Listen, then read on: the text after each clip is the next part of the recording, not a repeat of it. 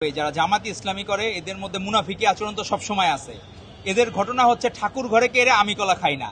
এরা যখনই এরকম জায়গায় নিউজ ভাইরাল হয় তারা তখনই ওই মেয়েকে বা যারা আছে তার অনেকটা দেখলাম তার বাচ্চার বয়সী হবে বা মেয়ের বয়সী হবে তাকে আমি স্ত্রী বলে দাবি করতেছে। তো যতক্ষণ না ধরা খায় এরা ততক্ষণ পর্যন্ত ফেরেস্তা লেভেলে চলে যায়, আর যখনই তারা ধরা খায় তখন স্ত্রী বলে দাবি করে। তো এই ধরনের মুনাফিকি চরিত্র বাংলাদেশের মানুষ আগেও দেখতে চায় না, এখনো দেখতে চায় না। আমরা অতীতেও বলেছি জামায়াতে ইসলাম যারা এইরকম ধারণ করে তাদের মধ্যে এদের মধ্যে সমস্যা আছে। এদের মুখে মধু অন্তরে বিষ, অন্তরে বিষ না, অন্তরে হচ্ছে খারাপ কাজকর্মে লিপ্ত হওয়ার যে তাদের প্রবণতা।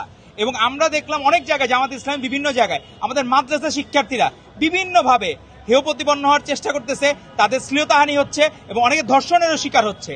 তো এই ধরনের যে আচরণ বা বর্বরতা, তো এদের হচ্ছে আমরা অনুরোধ করব, আপনারা যদি ইসলামকে সত্যিকার অর্থে মানেন, আপনাদের তো যখন অনেকে বলা আছে যে আপনারা 4 বিয়ে পর্যন্ত করতে পারবেন, এখন আপনারা 4 বিয়ে করেন কোনো সমস্যা নাই, কিন্তু এরকম অন্যায় অনৈতিক কাজ করেন না। কারণ আপনারা সংসদ সদস্য, একটা নির্বাচনী আসনের প্রতিনিধিত্ব করেন, বাংলাদেশের মানুষ আপনাদেরকে ভোটে নির্বাচিত করে আপনাদেরকে সংসদে পাঠিয়েছে। কিন্তু সংসদে যদি এরকম চরিত্রহীন লোকজন যায় তাহলে বাংলাদেশের নারীরা নিরাপদ থাকবে না। অবশ্য তাদের এটা অতীত অভ্যাস আছে। জামাতের আমির নির্বাচনের আগে তার এক্স অ্যাকাউন্ট বললো হ্যাক হইলো, এখন পর্যন্ত তার মোবাইলটা দেয় নাই। তখন সে তার এক্স অ্যাকাউন্টে দাবি করছিল কর্মজীবী নারীরা বেশ্যা বা পতিতার সমতুল্য, এইভাবে দাবি করছিল। তারা তো মেয়েদেরকে এইভাবে ট্রিট করে। তারা এখানে যে আমরা দেখলাম যে সাতক্ষীরা 4 আসনের এমপি যে ঘটনা করেছে, তারা তো মেয়েদেরকে ভোগ্যপণ্য হিসাবে ট্রিট করে।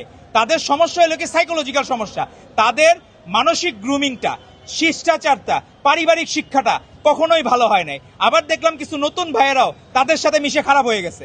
নাসির উদ্দিন পাটোয়ারি তারা বলতেছে যে মাননীয় প্রধানমন্ত্রী কেন তার স্ত্রীকে এত আফোল্ড করেন। তো আমরা বলবো, যার মধ্যে ভালোবাসা নাই, সহমর্মিতা নাই, সে কখনোই ভালো মানুষ হইতে পারে না। তো নাসির উদ্দিন পাটোয়ারিদেরকে অনুরোধ করব যে আপনারাও জামায়াত ইসলামের সাথে মিশে আপনারা এত খারাপ হয়ে যান না। 24-এর গণঅভ্যুত্থানে আপনাদের মোটামুটি ভূমিকা ছিল, আমরা শ্রদ্ধা জানাই। সেই জায়গা থেকে আপনারা নষ্ট করেন না।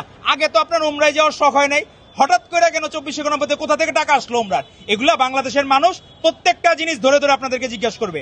এই ধরনের অপকর্ম জামায়াত ইসলামী যারা নেতা করছেন একজন সংসদ সদস্য হিসাবে সেটি তীব্র নিন্দা জানাই এবং আশা করব ভবিষ্যতেও কোন ধরনের এই বিরোধী মতের যারা আছে, আমরা চাই রাজনৈতিক সহমর্মিতা থাকুক, সহনশীলতা থাকুক আমাদের মধ্যে, যাতে কোনো খারাপ কাজ, কোনো পেট্রোনাইজ না হয়। কিন্তু তারা যে খারাপ কাজ করতেছে, এখন মানুষজন কয়দিন পরে জামায়াতে ইসলাম দেখলেই মনে করবে নারীর চরিত্র লুণ্ঠনকারী। 71-এও তাদের ইতিহাস আছে। তো তারা ঐতিহাসিকভাবেই সে 71 থেকে শুরু করে তাদের যে এই ধরনের